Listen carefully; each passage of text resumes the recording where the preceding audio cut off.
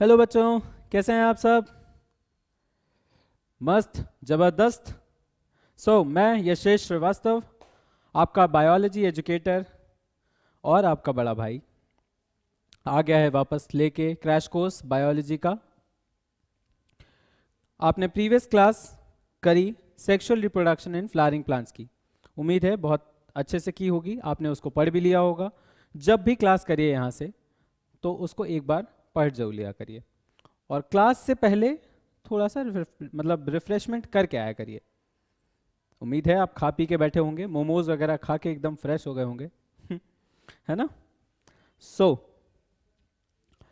आज हम शुरू करते हैं ह्यूमन रिप्रोडक्शन। ठीक है, कल के क्लास से अगर मैं कुछ पूछूं तो आप जरा एक बार इमैस्कुलेशन बता सकते हैं? अरे सर, बताया ही नहीं था क्या? आप भी नहीं बताया था, पर फिर भी आपने पढ़ा होगा। कुछ ऐसे पार्ट्स जो कि शायद छोटे छोटे होंगे, हमने उसको अभी निगलेक्ट किया हो, जैसे कि इमैस्कुलेशन था, हम उसको गेस्ट पेपर्स में कवर कर लेंगे। ठीक है, इमैस्कुलेशन क्या होता है? खुद से आपको आंसर देना चाहिए था, शायद दिया भी हो आप लोग में से। लेकिन इमैस्कुलेशन जो होता है, बाइसेक्सुअल फ्लावर्स में एंथर को काट करके अलग निकाल लेना, जिसमें कि कार्पेल जो है या पिस्टल जो है वो इंटैक्ट रहे, उसमें कोई चेंज ना हो, और उसको अलग कर लेना, इसी को एंथर्स को अलग कर लेना, इसी प्रोसेस को हम इमैस्कुलेशन कहते हैं। ठीक है, इसके बाद फर्दर प्रोसेसेस होती हैं, जैसे कि बैगिंग, उसको बंद कर देना जिससे कोई कंटामिनेशन ना हो फर्दर दूसरे पॉलेंस का, जो हम डिजायर्ड पॉलन ग्रेन्स डस्ट करें उस पर, उसी से कुछ बने। ये सब आर्टिफिशियल हाइब्रिडाइजेशन के प्रोसेसेस हैं। ठीक है, तो आप एक बार इमैस्कुलेशन देख भी लीजिएगा, अदरवाइज मतलब हम लोग कवर तो कर ही लेंगे बाद में गेस्ट पेपर्स में, जो भी इंपॉर्टेंट पार्ट है उसको हम देख लेंगे। ठीक है, एक हमारा जनरल ट्रेंड रहेगा कि हम थोड़ा सा कुछ ना कुछ प्रीवियस चैप्टर का हल्का फुल्का एक फुलझड़ी जला के उसके बाद शुरू करेंगे। ठीक है, उम्मीद है आप बहुत मस्त होंगे, फ्रेश होंगे। शुरू करा जाए। कुछ चैप्टर्स बायोलॉजी में इंटरेस्टिंग होते हैं और कुछ तो बस निकाल दिए जाते हैं, क्यों? Human reproduction, just a second.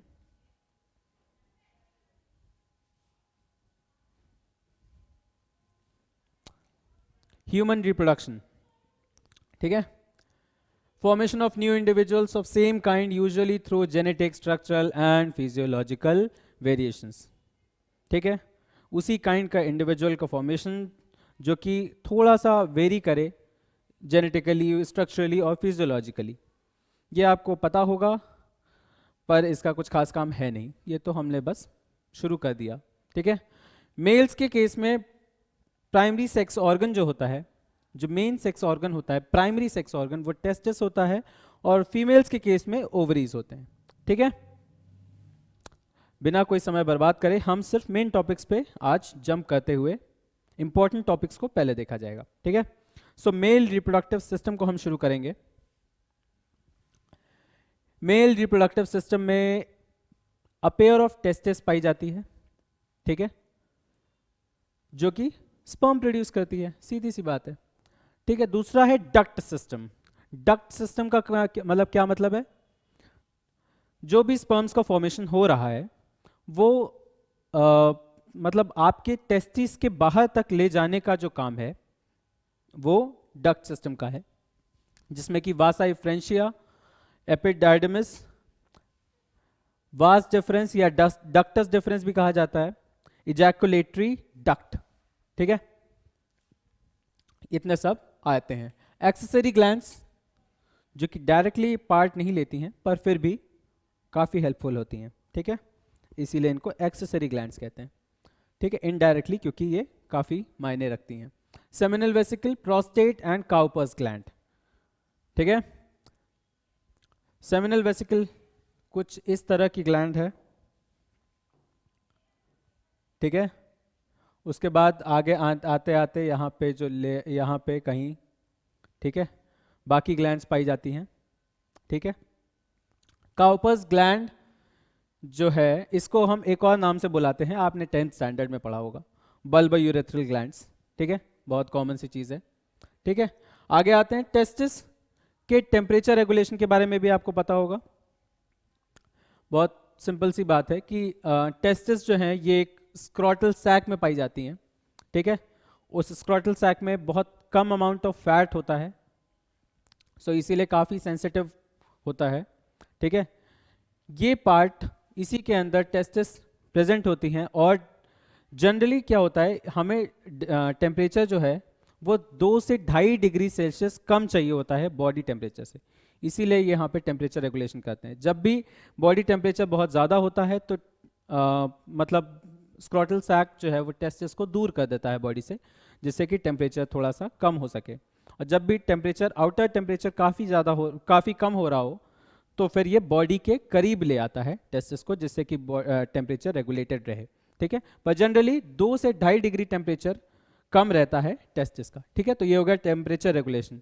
Testis develop in abdominal cavity, kidney के पास एक एब्डोमिनल कैविटी में टेस्टिस बनती हैं, पर माइग्रेट कर जाती हैं किसमें, स्क्रॉटल सैक में, या डिसेंड कर जाती हैं। ठीक है, इंगाइनल कैनाल के थ्रू डिसेंड कर जाती हैं। ये तो नॉर्मल कंडीशन हो गई, पर अगर ये ना डिसेंड कर पाए तो क्या हो जाता है, क्रिप्ट और किल्डिज्म हो जाता है। ये देखिए आप, failure of testis to descend from abdominal cavity to scrotum. ठीक है, आगे बढ़ते हैं। आगे है ये टेस्टिस का लॉन्गिट्यूडनल सेक्शन, टेस्टिस का लॉन्गिट्यूडनल सेक्शन। ठीक है, ये काफ़ी इंपॉर्टेंट है, प्लीज़ इसको देख लीजिएगा। ठीक है, ये आपके डायरेक्टली भी बनाने आ सकता है और लेबलिंग के लिए भी आ सकता है। अच्छा, एक बात मैं आपको बता दूं, लेबलिंग एग्जाम्स में, आईएससी बोर्ड एग्जाम में अगर आपको 2 नंबर का क्वेश्चन आया है, तो किसी भी मरी से मरी हालत में आपको minimum you have to do at least 4 labellings. ठीक है, मिनिमम। ठीक है, अदर, और वो भी प्रॉपर लेबलिंग्स, मतलब अगर आपको वहाँ लेबलिंग करनी है तो आप प्रॉपर, मतलब वासा इफ्रेंशिया जैसी चीज़ों को लेबल करेंगे। ठीक है, वो 4 में गिन रहा हूँ। ठीक है, कहीं भी ओवरऑल बायोलॉजी में, मैं इस चैप्टर की बात नहीं कर रहा हूँ, कहीं भी हो, आप सिर्फ एपिथेलियम कहीं लिख के आ जाएं और एपिडर्मिस कहीं लिख के आ जाएं, तो उसको आप बहुत ज़्यादा मत मानिएगा, to be on a safer side. ठीक है, सो आते हैं लॉन्गिट्यूडनल सेक्शन ऑफ टेस्टिस पे, ये आपको बनाना भी आना चाहिए। मेनली सबसे बाहर वाली जो लेयर है उसको हम ट्यूनिका एल्बुजिनिया कहते हैं, उसके नेक्स्ट लेयर को हम ट्यूनिका वेजिनालिस कहते हैं। ठीक है, और उसके बाद कुछ लेयर्स हैं, जैसे उसके बाद कुछ चीज़ें हैं जैसे कि सेमिनिफेरस ट्यूब्यूल्स। ठीक है, बहुत इंपॉर्टेंट। टेस्टिकुलर लोब्यूल्स, ये एक लोब्यूल है, टेस्टिकुलर लोब्यूल है। ठीक है, उसके अंदर सेमिनिफेरस ट्यूब्यूल्स हैं। ठीक है, कुछ सेप्टी दिख रहे हैं आपको। ठीक है, ये सेप्टा हो गया। ठीक, ट्यूनिका एल्बुजिनिया हो गया, वेजिनालिस हो गया, रेटिटेस्टिस ये हो गई। ठीक है, यहाँ से स्पर्म जाके रेटिटेस्टिस में कलेक्ट होते हैं। ठीक है, फिर वासा इफ्रेंशिया में जाते हैं, फिर एपिडाइडमिस में जाते हैं, और फिर वास डिफरेंस या डक्टस डिफरेंस में जाते हैं, और फिर देन इजैकुलेटरी डक्ट में। ठीक है, ये तो हो गया आपका वो बनाने वाला डायग्राम। और मोस्टली ये वाला जो नीचे वाला है, टीएस ऑफ टेस्टिस, ये भी काफ़ी इंपॉर्टेंट है और आपके एग्जाम में आ सकता है, स्पेशली लेबलिंग्स में। ठीक है, काफ़ी इंपॉर्टेंट है ये।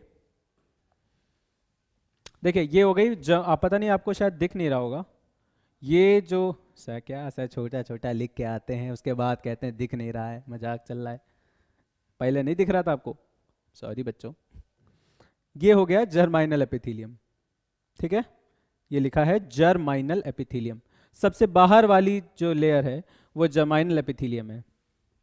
ठीक है, सेमिनिफेरस ट्यूब्यूल में जो सबसे बाहर वाली लेयर है वो जर्माइनल एपिथेलियम है। बाहर बाहर ये जो प्रेजेंट हैं ये लेडिक सेल्स हैं। ठीक है, लेडिक सेल्स का काम क्या होता था, जिनको आता है वो मन में बोल लें, मन में क्या, मुंह से बोल लें। ठीक है, लेडिक सेल्स हो गई। ठीक है, सर्टोली सेल्स, या और इनको और क्या कहते हैं, सस्टेंटिकुलर सेल्स।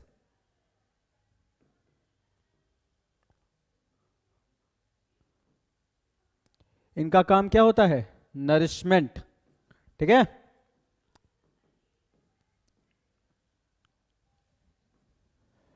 उसके बाद नेक्स्ट जो भी जर्म लेयर के बाद स्पर्मेटोगोनियम जो है वो पहली बेसमेंट में जो जुड़ी बेसमेंट वाले एरिया में जो होंगी जर्म लेयर्स के बाद, जर्माइनल एपिथेलियम के बाद वो स्पर्मेटोगोनियम होंगी सबसे पहले। यही देखिए ये, क्योंकि आपको लेबलिंग के टाइम पे यही होगा, एक कोई सेल को उठा के एरो करके ए बना दिया जाएगा, आप वहाँ सोचते रहिए कि कौन सी ये प्राइमरी स्पर्मेटोसाइट है कि सेकेंडरी स्पर्मेटोसाइट है।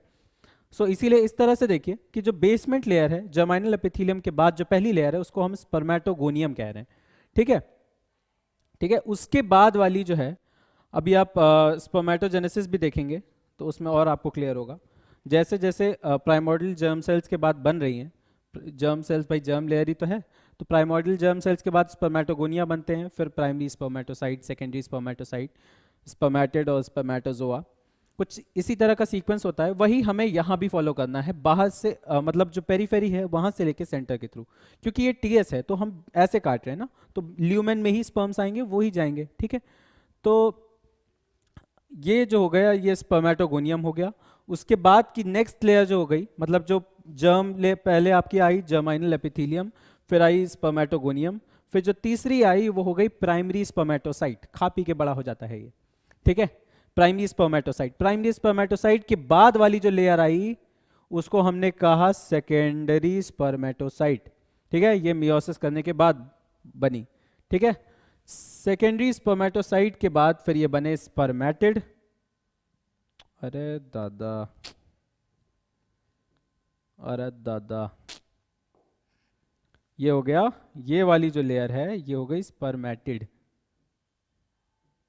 लेयर का मतलब ये जो सेल्स हैं, सेल की लेयर है, ये स्पर्मेटिड हो गई, ठीक। स्पर्मेटिड के बाद ये अब आ गए आपके स्पर्मेटोजोआ, ठीक है। ये जो आपको फुल स्ट्रक्चर दिख रहा है स्पर्म्स का, ये हो गया स्पर्मेटोजोआ। इसके बाद यही स्पर्म्स फिर फर्दर मूव करने लगते हैं, ठीक।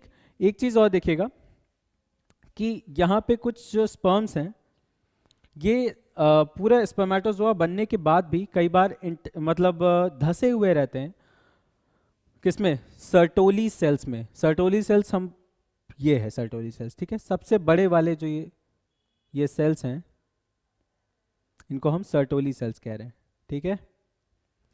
ये मैकेनिकल सपोर्ट भी प्रोवाइड करते हैं और नरिशमेंट भी प्रोवाइड करते हैं, ठीक है। इन्हीं को हमने सस्टेंटिकुलर सेल्स कहा था, ठीक है। इन्हीं में कई बार मतलब धसे हुए रहते हैं, आप ये देख रहे हैं, ये देख रहे हैं यहाँ पे, ये क्या सर गंदा कर दिए उसको, ये देख लो, ठीक है, ऐसे देख लो, ये सर्टोली सेल्स, इसके अंदर स्पर्म्स धसे हुए हैं। यहाँ से जब निकल जाते हैं तो हम उस प्रोसेस को कहते हैं स्पर्मिएशन, ठीक है। रिलीज जब यहाँ से हो जाते हैं तो हम इनको स्पर्मिएशन कहते हैं। क्या, सिर्फ सस्टेंटिकुलर सेल्स के अंदर जब धसे होते हैं वहाँ से निकल जाने के इस प्रोसेस को हम क्या कहते हैं, स्पर्मिएशन कहते हैं, ठीक है। अच्छा, एक चीज़ और, अभी हम आगे बढ़ेंगे, स्पर्मियोजेनेसिस और स्पर्मिएशन में बहुत फ़र्क है, लोग कंफ्यूज हो जाते हैं, इवन टीचर्स कंफ्यूज हो जाते हैं, ठीक है। आगे बढ़ते हैं, एक्सेसरी ग्लैंड्स पे आते हैं, सेमिनल वेसिकल, प्रोस्टेट और काउपर्स ग्लैंड, ठीक है। सेमिनल वेसिकल बेसिकली इसके सिक्रीशंस होते हैं सिट्रेट, ठीक है, फ्रक्टोज, ये सब सिक्रीशन जो होते हैं, और हायालुरोनिडेस, ठीक है, हायालुरोनिडेस। क्या सर, क्या क्या नाम लेके आते हो, सही बात है बेटा, 3 दिन लगे थे मुझे भी बोलने में। खैर, रिच इन सिट्रेट, सिट्रेट जो है वो एनर्जी प्रोवाइड कराता है, फ्रक्टोज भी फ्यूलिंग का काम करता है, मतलब जो स्पर्म्स को, क्योंकि इतना चलना होता है बेटा, मजदूर लोग, इतना चलना होता है कि मूवमेंट इतनी ज़्यादा रहती है कि एनर्जी की रिक्वायरमेंट बहुत ज़्यादा होती है, बहुत ज़्यादा एनर्जी की रिक्वायरमेंट बेटा इसलिए इसमें फ्रक्टोज का काम बहुत है, फ्रक्टोज और सिट्रेट, ठीक। हायालुरोनिडेस का काम क्या है, हायालुरोनिडेस जो है वो सर्विक्स में जो म्यूकस प्लग होता है, ठीक है, उसको मतलब स्प्लिट करने का काम करता है, म्यूकोपॉलीसैकेराइड को स्प्लिट करने का काम करता है, ठीक है, जिससे कि स्पर्म की एंट्री प्रॉपर हो सके, ठीक है, ये काम हायालुरोनिडेस का है। दूसरा है प्रोस्टेट, प्रोस्टेट जो है वो स्लाइटली एल्कलाइन होता है, ठीक है, और एसिड फॉस्फेटेज होते हैं, इसमें अमाइलेज होते हैं, प्रोटीएज होते हैं, नरिशमेंट प्रोवाइड करता है ओवरऑल ये भी, ठीक है, स्पर्म्स को। तीसरा है काउपस gland, lubricates urethra and clears acidic environment, ठीक है। एक तो ये यूरेथ्रा को लुब्रिकेट करता है, ठीक है। दूसरा एसिडिक एनवायरनमेंट, क्योंकि मेल्स के केस में एक ही मतलब एक ही पैसेज है जहाँ से यूरिन के लिए और स्पर्म के मतलब निकलने के लिए, ठीक है। तो इसमें क्या होता है कि कई बार एसिडिक यूरिन के वजह से स्पर्म्स डैमेज भी हो सकते हैं। उस चीज़ को प्रिवेंट करने के लिए यहाँ पे पहले एक लुब्रिकेशन किया जाता है और वहाँ का न्यूट्रलाइजेशन किया जाता है, यानी एसिडिक एनवायरनमेंट है तो उसको खत्म किया जाएगा कि भाई स्पर्म्स ना डैमेज कर देना तुम मेरे, ठीक है। अच्छा, अगला सीमेन जो है वो 3 से 5 ml पर एजैकुलेशन रिलीज होता है, ठीक है। कुछ टर्म्स हैं जैसे कि ओलिगोस्पर्मिया, ठीक। ओलिगोस्पर्मिया क्या होता है? अरे टेढ़ा स्टाइल बेटा स्टाइल। ओलिगोस्पर्मिया, ओलिगोस्पर्मिया मतलब वेरी लो स्पर्म काउंट, ठीक है। इसी में एक आता है अजूस्पर्मिया, ठीक है। अजूस्पर्मिया मतलब, अजूस्पर्मिया मतलब एब्सेंस ऑफ क्या? स्पर्म्स इन सीमेन, ठीक है। उसमें क्या था? कम था। ओलिगो मीन्स लेस और अजू मीन्स कुछ भी नहीं बाबू। तो स्पर्मेटोजेनेसिस, ठीक है। जस्ट अ सेकेंड बच्चा, just a second, just a second बालक, जस्ट अ सेकेंड।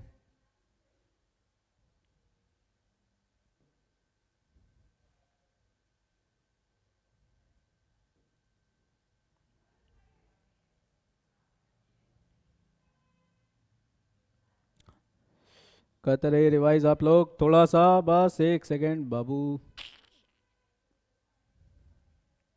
चलिए चलिए पढ़ते रहिए, पढ़ते रहिए।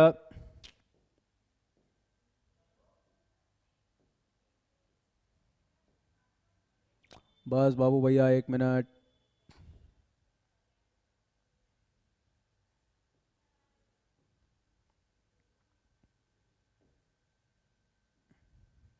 हो गया हो गया, योद्धा तैयार हो रहा है, ठीक है।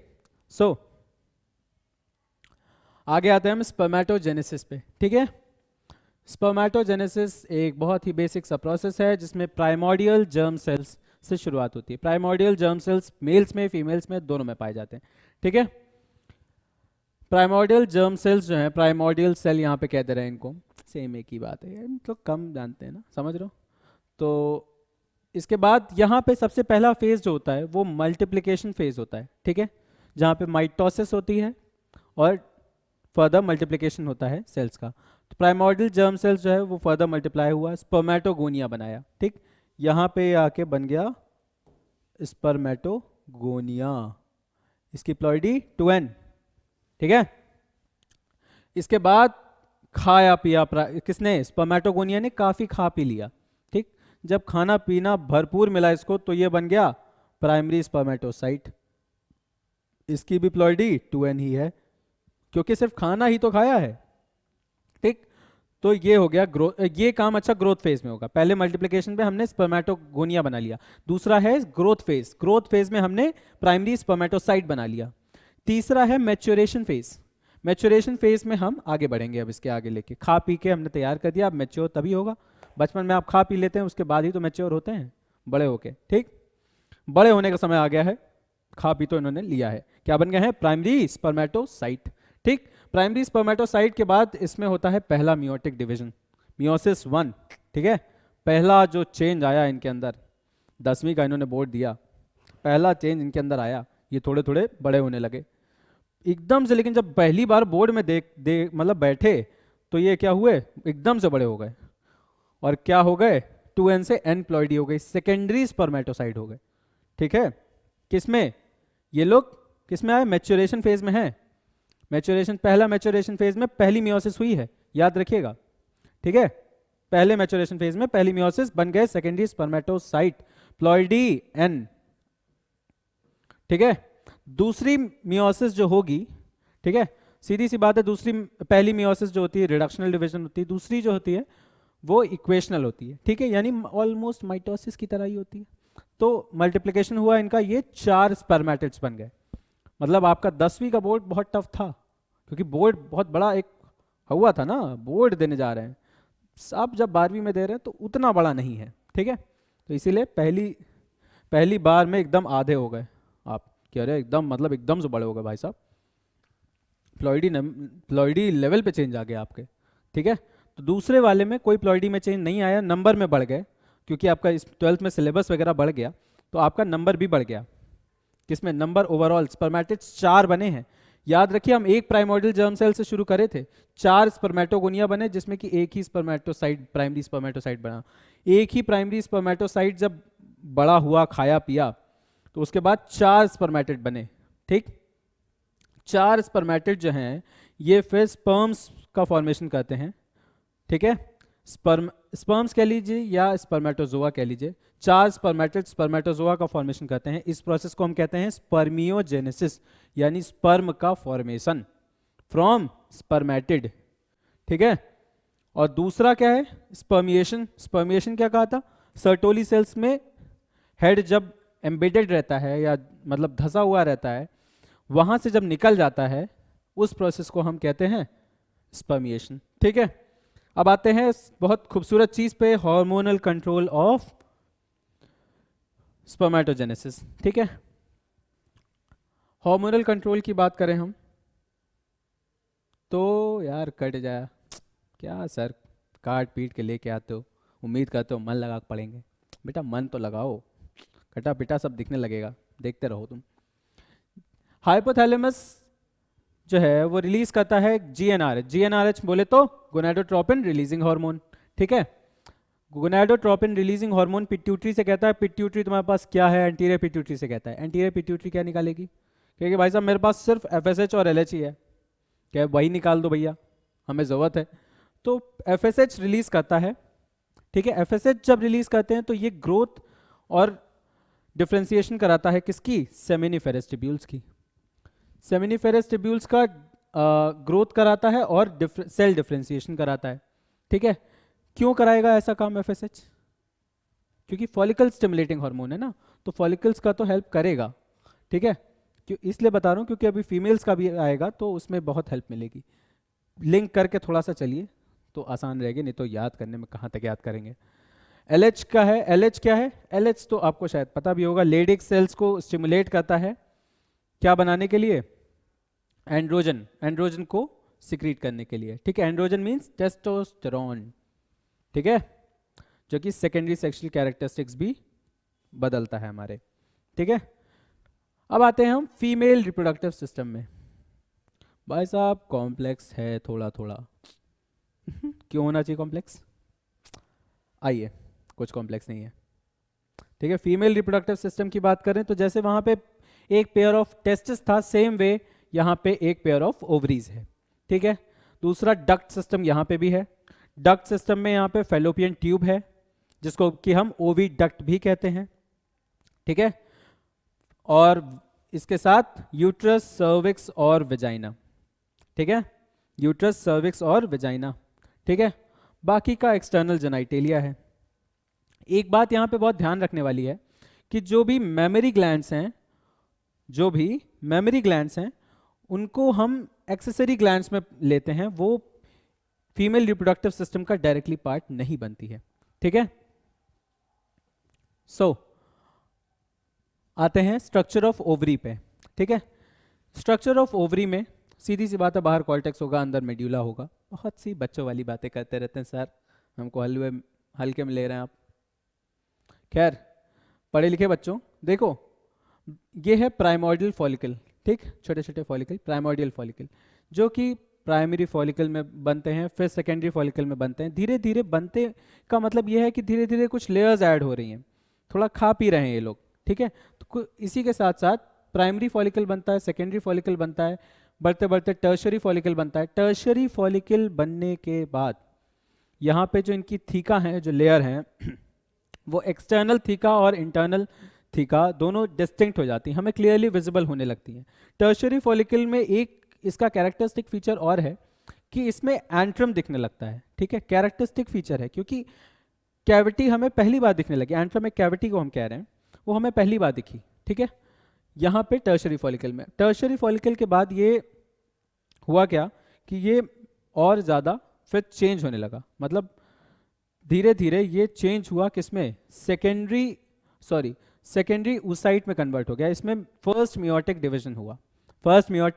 डिवीजन हुआ और ये सेकेंडरी ऊसाइट में कन्वर्ट हो गया, ठीक है। सेकेंडरी ऊसाइट में कन्वर्ट होने के बाद जो फॉलिकल है ये ग्राफियन फॉलिकल में कन्वर्ट हो गया, यानी ये मैच्योर फॉलिकल में कन्वर्ट हो गया, ग्राफियन फॉलिकल, ठीक है। आपको पता होगा ये सब फालतू बातें भी बताई गई होंगी आपको कि डी ग्राफ ने दिया था, ये सब कोई काम का नहीं बेटे। ये बन गया आपका ग्राफियन फॉलिकल। ग्राफियन फॉलिकल के बाद यहाँ पे ओवम ओव्यूलेशन हुआ, ओवम जो है वो ओवरी के बाहर रिलीज हुआ, इसको हम कहते हैं ओव्यूलेशन, ठीक है, ये यहाँ पे रिलीज हो रहा है, ठीक है।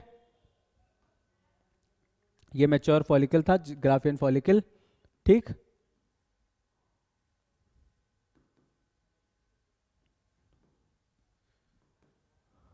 ठीक, ये रहा आपका टर्शियरी फॉलिकल, एंट्रम इसमें दिखता है, ठीक है।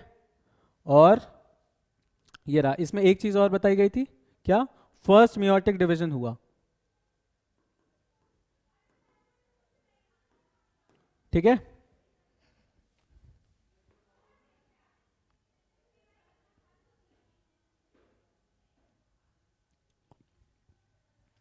इसके साथ फिर इसके बाद ओवम के रिलीज होने के बाद अगर ओवम रिलीज हो गया और उसके बाद फिर जो बाकी का फॉलिकल बचा उसको हम कहते हैं कॉर्पस ल्यूटियम। कॉर्पस ल्यूटियम जो होगा उसको हम येलो बॉडी भी कहते हैं, कॉर्पस मींस बॉडी और ल्यूटियम मींस येलो, ठीक है, कॉर्पस ल्यूटियम हो गया। उसके बाद अगर प्रेगनेंसी हो जाती है तो फिर तो ठीक है, कुछ समय तक कॉर्पस ल्यूटियम बना रहता है, अगर नहीं होती है तो यही बॉडी कॉर्पस एल्बिकेंस में चेंज हो जाती है, ये कॉर्पस एल्बिकेंस जिसको हम वाइट बॉडी कहते हैं, ठीक है, और फिर ठीक है डिस्ट्रॉय होने लगता है, ठीक है। कॉर्पस ल्यूटियम की एक बात और है, ये ईस्ट्रोजन और प्रोजेस्टेरोन को सिक्रीट करता है अपने अंदर से, अगर प्रेगनेंसी को मतलब प्रॉपर डेवलपमेंट के लिए, प्रॉपर एंडोमेट्रियल लाइनिंग को प्रॉपर डेवलप करने के लिए। एंडोमेट्रियल लाइनिंग में वैसे 3 लेयर्स कौन सी होती हैं, पेरीमेट्रियम, मायोमेट्रियम और एंडोमेट्रियम। मेरे साथ बोल तो नहीं गए आप, एंडोमेट्रियल लाइनिंग में कोई चीज नहीं होती, एंडोमेट्रियम तो मैंने खुद ही बोल दिया। यूट्रस की 3 लाइनिंग होती हैं, पेरीमेट्रियम, मायोमेट्रियम और एंडोमेट्रियम, ठीक है। तो एंडोमेट्रियम की अंदर वाली सबसे लेयर होती है, उसके फॉर्मेशन के लिए इसका हम ये ईस्ट्रोजन और प्रोजेस्टेरोन रिलीज करता है, ठीक है। इसके बाद है oogenesis।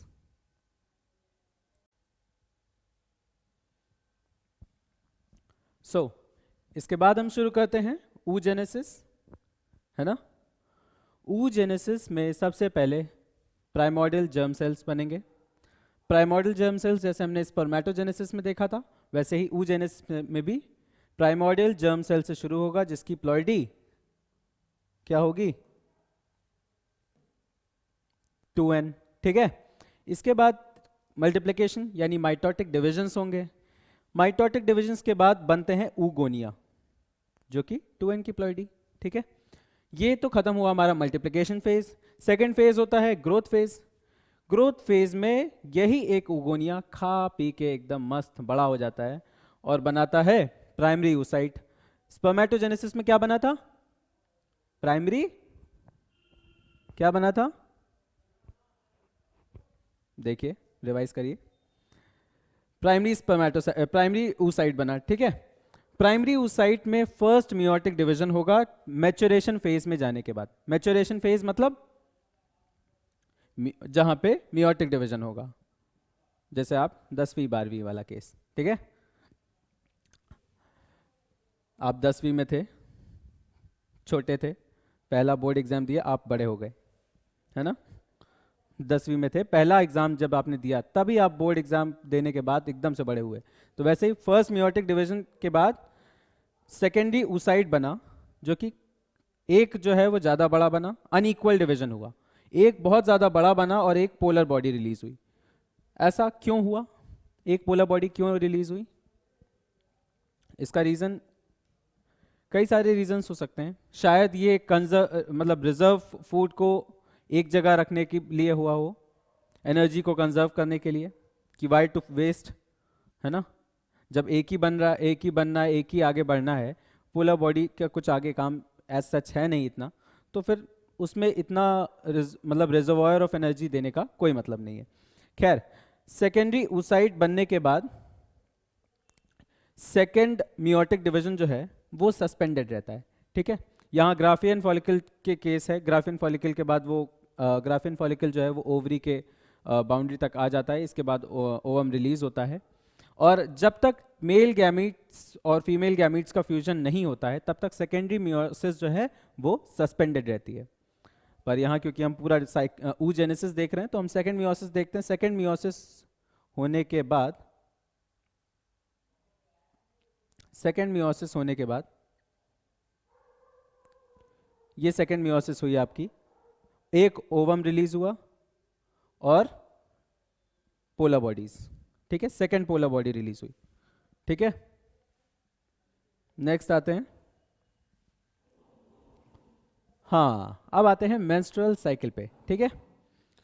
मेंस्ट्रुअल साइकिल अच्छा टॉपिक है, इंपॉर्टेंट टॉपिक है, तो प्लीज इसको ध्यान से पढ़िएगा। इसमें जितना भी मैंने लिखा हुआ है कंटेंट है ये बिल्कुल पर्याप्त है आपके लिए, है ना। You don't have to collect other resources, है ना, फॉर दिस पर्टिकुलर टॉपिक, है ना, this is more than enough.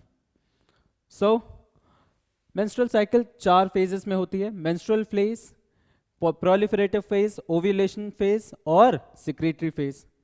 अच्छा एक बात और, जितना भी हम यहाँ देख रहे हैं ये जैसे प्रोलिफरेटिव फेज है, सिक्रीटरी फेज है, ये हम यूट्रस के रेफरेंस में कह रहे हैं, ठीक है। प्रोलिफरेटिव फेज मतलब जब प्रोलिफरेशन हो रहा होगा, ठीक है, सेल्स का प्रोलिफरेशन जब यूट्रस जो है वो अपने आप को बिल्ड कर रहा होगा, बना रहा होगा, रिपेयर कर रहा होगा, तब का फेज है। जब हम फॉलिकल्स की बात करते हैं तो फेजेस चेंज हो जाते हैं, मतलब इन्हीं का नाम और भी हो जाता है कि उसको हम फॉलिकुलर फेज कह देते हैं क्योंकि फॉलिकल्स का भी डेवलपमेंट इसी टाइम हो रहा है, ठीक है। Same secretory phase, secretory phase को हम ल्यूटियल फेज भी कहते हैं। फॉलिकल्स की बात जब करेंगे हम तो फॉलिकल्स में कॉर्पस ल्यूटियम का फॉर्मेशन यहाँ पे होता है, इसीलिए उसको ल्यूटियल फेज कह देते हैं। और वही फिर कॉर्पस ल्यूटियम फिर सिक्रीट भी करता है, क्या करता है, क्या कर रहा था सिक्रीट, ईस्ट्रोजन एंड प्रोजेस्टेरोन, तो सिक्रीटरी फेज भी हो गया, ठीक है। वैसे भी हो गया सिक्रीटरी और वैसे भी, क्योंकि वो यूट्रस के पर्सपेक्टिव से भी देखा जाए तो भी सिक्रीटरी फेज कहा जाएगा। तो पहला मेंस्ट्रुअल फेज है या ब्लीडिंग फेज भी कहा जाता है इसको, ठीक है। सो सबसे पहले इसमें जो भी पॉइंट्स हैं सब आप सिर्फ कनेक्ट करते रहिए, बहुत ज़्यादा याद करने की जरूरत नहीं है। High level of progesterone inhibits production of LH, ठीक है। जब लेवल बढ़ता है प्रोजेस्टेरोन का तो एलएच का प्रोडक्शन जो है वो कम हो जाता है, ठीक है। अगला देखते हैं, क्योंकि एलएच का काम क्या था, एलएच का काम क्या था, हार्मोनल कंट्रोल को आप ध्यान से देखिए, आप इस पॉइंट को भी समझ जाएंगे। Withdrawal of LH causes regression, ठीक, जैसे ही एलएच कम हुआ रिग्रेशन ऑफ कॉर्पस ल्यूटियम शुरू हुआ, ठीक है। और यही कॉर्पस ल्यूटियम फिर बाद में प्रोजेस्टेरोन का लेवल कम करने लगता है। रिग्रेशन ऑफ कॉर्पस ल्यूटियम का मतलब कॉर्पस ल्यूटियम खत्म होने लगा, मतलब डिग्रेड होने लगा, समझ रहे हैं आप, ठीक है। तो आप हार्मोनल वाले पार्ट में चलते हैं एक बार, पहले हम इसको कर लेते हैं।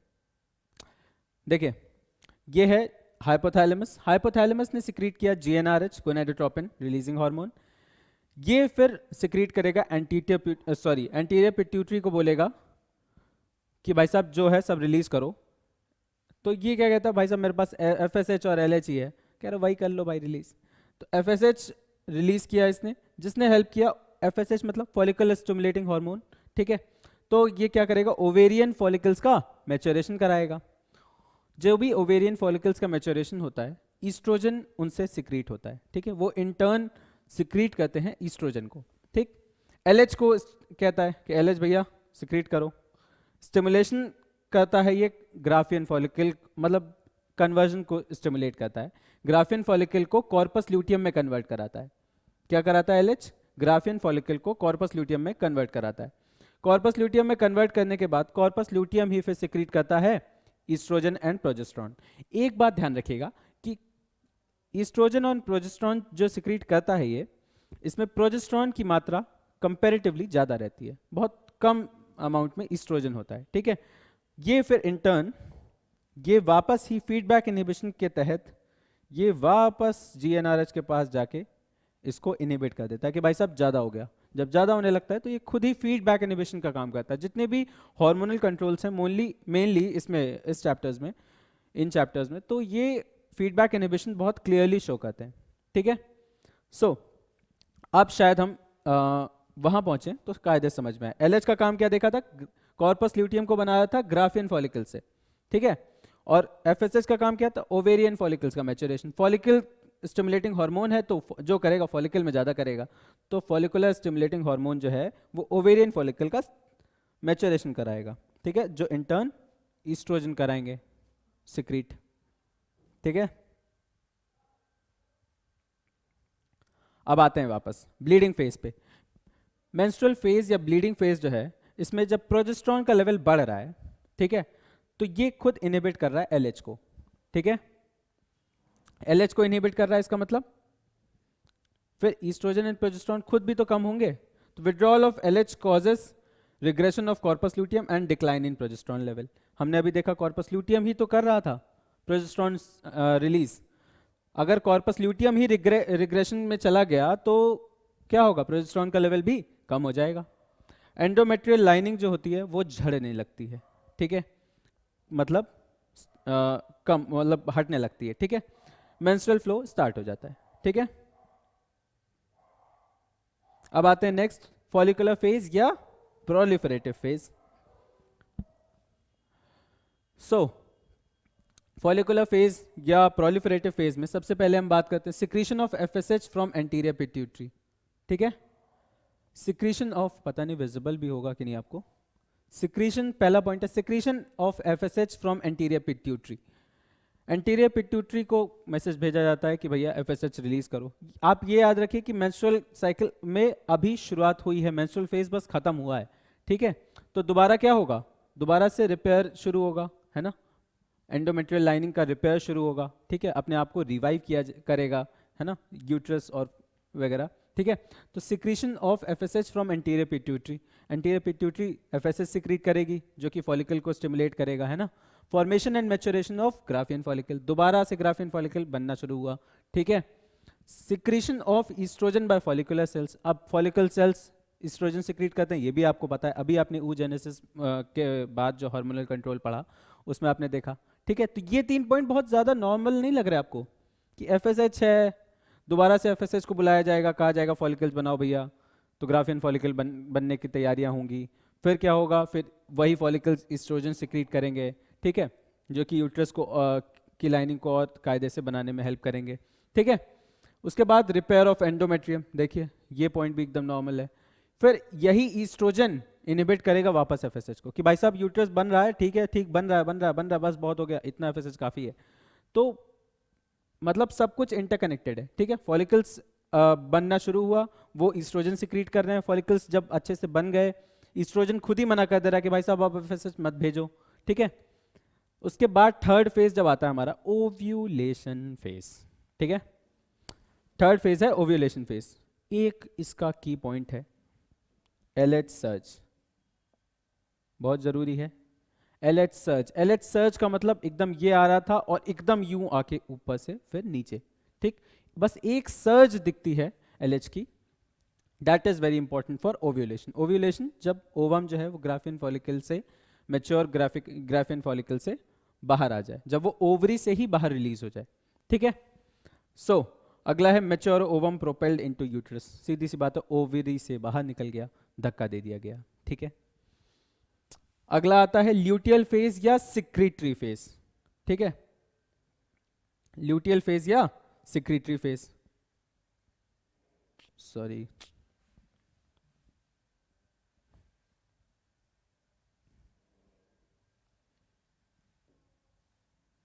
ल्यूटियल फेज या सिक्रीटरी फेज। सिक्रीटरी फेज या ल्यूटियल फेज से आप क्या समझते हैं?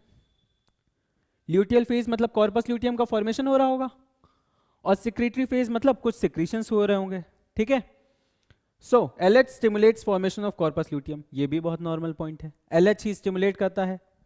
आपको बस हार्मोनल कंट्रोल याद रहना चाहिए, जब भी इसको पढ़िए हार्मोनल कंट्रोल को देखते रहिए, ठीक है। तो LH जो है वो क्या करेगा, कॉर्पस ल्यूटियम का फॉर्मेशन करेगा, तो LH ही ये काम कर रहा है बस, LH stimulates formation of corpus luteum. छोटी सी बात, क्या ऐसा छोटी छोटी बातें बताते रहते हो। एंडोमेट्रियम नहीं, आ जाओ, एक और है, corpus luteum secretes progesterone, corpus luteum secrete करता है प्रोजेस्टेरॉन, सबको पता है, छोटी छोटी बातें बताते हैं। Endometrium becomes thicker vascular. अब होता क्या है कि यहाँ पे यूट्रस को लगने लगता है कि शायद इम्प्लांटेशन की तैयारियां होने लगती है, कि शायद फर्टिलाइजेशन हो गया होगा, क्योंकि ओवम तो रिलीज कर चुके थे हम, है ना, तो शायद फर्टिलाइजेशन हो गया होगा। तो इसलिए ये तैयारियां पहले बाद के नहीं करता कि हुआ कि नहीं हुआ, पहले देखे फिर, क्योंकि भाई तैयारी के समय भी तो नहीं रहे ना, आप पहले से तैयारी करते हैं ना एग्जाम के लिए भी। क्या सर, क्या बोल दिया आप, कोई बात नहीं। कॉर्पस ल्यूटियम सिक्रीट करता है progesterone, endometrium becomes thicker and vascular, ठीक है। एंडोमेट्रियम फिर थिक होने लगती है और वैस्कुलर होने लगती है, कि कोई भी एम्ब्रियो का फॉर्मेशन जो हो उसके बाद इम्प्लांटेशन प्रॉपर हो, ठीक है। इसलिए ग्लैंड्स ग्रो रैपिडली, बहुत सारी ग्लैंड्स जो हैं वो बहुत ज़्यादा रैपिडली ग्रो करने लगती हैं, कि नरिशमेंट वगैरह प्रोवाइड करना होगा भाई आगे के लिए, ये लोग फ्यूचर का बहुत सोचते हैं। प्रिपेयर्ड फॉर इम्प्लांटेशन, ठीक है, अब प्रिपेयर करेगा ये इम्प्लांटेशन के लिए। तो मेंस्ट्रुअल साइकिल में मुझे नहीं लगता आपको कोई दिक्कत होगी, बहुत नॉर्मल पॉइंट्स हैं, इतने पॉइंट्स से एक पॉइंट आपको ज़्यादा की जरूरत है नहीं, भरोसा करिए, एक भी पॉइंट नहीं जरूरत है, बस this is more than enough, और बहुत सिंपल है। मुझे नहीं लगता आपको शायद ही कोई पॉइंट ऐसा हो जो ना समझ में आया हो। आगे बढ़ते हैं, हमने हार्मोनल कंट्रोल कर लिया था, ठीक है।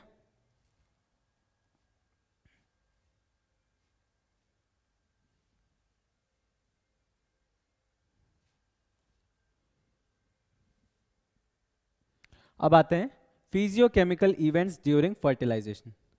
फिजियोकेमिकल इवेंट्स, ठीक है, ये पार्ट थोड़ा इंपॉर्टेंट है, तो इसको ध्यान से पढ़िएगा।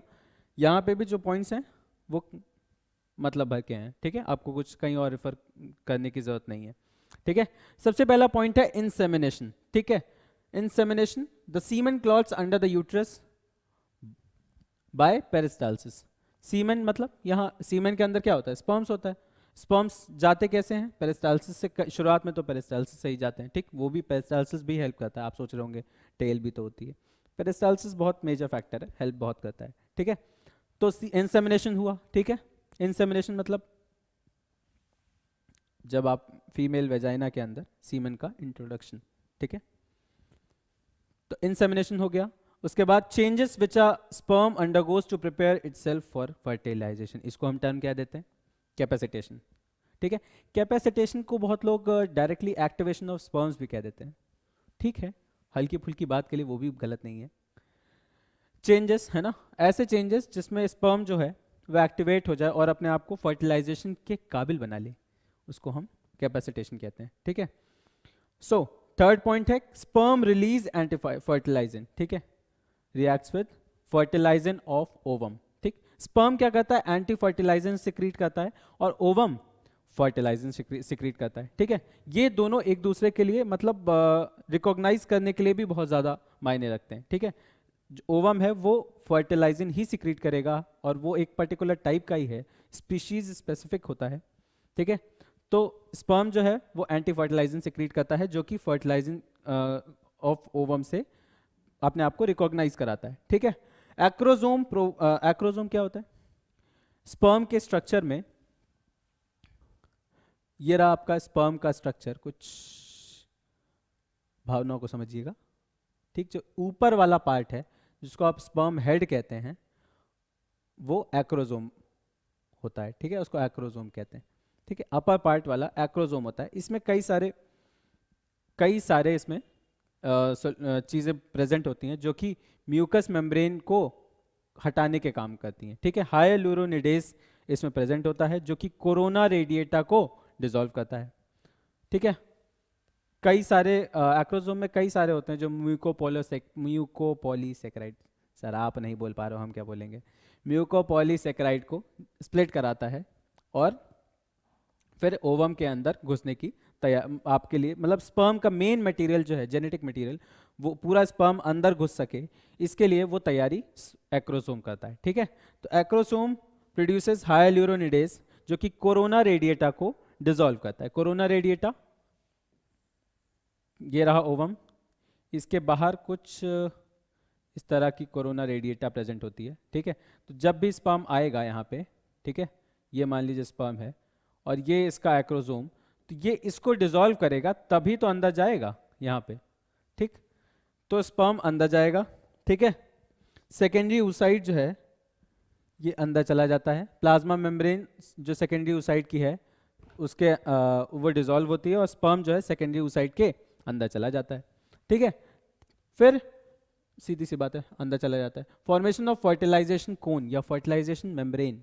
ठीक है, एक फर्टिलाइजेशन मेम्ब्रेन या एक फर्टिलाइजेशन कोन बनता है, इसको हम कॉर्टिकल रिएक्शन कहते हैं। इसमें होता क्या है कि जैसे ही एक स्पर्म अंदर जाता है, तैयारियां शुरू हो जाती हैं ओवम के द्वारा कि दूसरा स्पर्म आए ना। ठीक है, तो बस एक आ गया, इसको हम कहते हैं ब्लॉकेज टू पॉलीस्पर्मी। ठीक है, पॉलीस्पर्मी को ब्लॉक करता है और प्रमोट करता है मोनोस्पर्मी को। ठीक है, सो मल्टीपल स्पर्म को सीधी सी बात है एंट्री नहीं दे सकता, एक ओवम और एक स्पर्म ही फ्यूज करेगा, पर वो ना हो कि मल्टीपल स्पर्म्स ना आ जाएं, इसके लिए ये एक मैकेनिज्म है। ठीक है, अब इसके बाद हमने अभी पढ़ा था सेकेंडरी मियोसिस कब होगी, जब गैमीट्स फ्यूज करेंगे, तो सेकेंडरी मियोसिस शुरू हो जाती है। ठीक है, सेकेंड पोलर बॉडी रिलीज होगी, स्पर्म न्यूक्लियस और एग न्यूक्लियस आपस में फर्टिलाइज करेंगे और जाइगोट का फॉर्मेशन हो जाएगा। स्पर्म न्यूक्लियस और एग न्यूक्लियस के मतलब मिल जाने को ही एम्फीमिक्सिस कहा जाता है। ठीक है, अब आते हैं कुछ इंपॉर्टेंट पॉइंट पे, हालांकि ये भी बहुत इंपॉर्टेंट था। ठीक है, फंक्शन ऑफ प्लासेंटा। ठीक, प्लासेंटा का काम क्या है? प्लासेंटा का काम बेसिकली एक्सचेंज है। ठीक है, डिफ्यूजन ऑफ रेस्पिरेटरी गैसेस। ठीक है, diffusion of respiratory gases, nutrients, elimination of waste. ठीक है, फ्रॉम फीटस टू मदर। ठीक है, फीटस से मदर और दोनों साइड, बोथ साइड एक्सचेंज होता है। जो भी एलिमिनेट करना होगा वो फीटस जो है मदर को दे देगा कि प्लासेंटा के ही माध्यम से। ठीक, और जो भी न्यूट्रिएंट्स देने होंगे वो मदर फीटस को दे देगी प्लासेंटा के माध्यम से। ठीक है, produces oestrogen and progesterone. Oestrogen and progesterone तो सिक्रीट करता है, कुछ और भी करता है मेरे ख्याल से।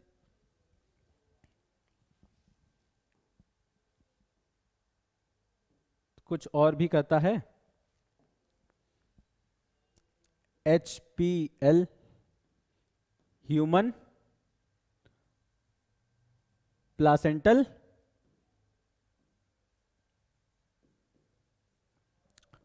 लैक्टोजन। ठीक, ये भी सिक्रीट करता है। HCG भी सिक्रीट करता होगा, क्या करता होगा साफ साफ बताइए ना, एग्जाम से 2 दिन पहले हम क्या करता होगा देखेंगे। Human chorionic gonadotropin.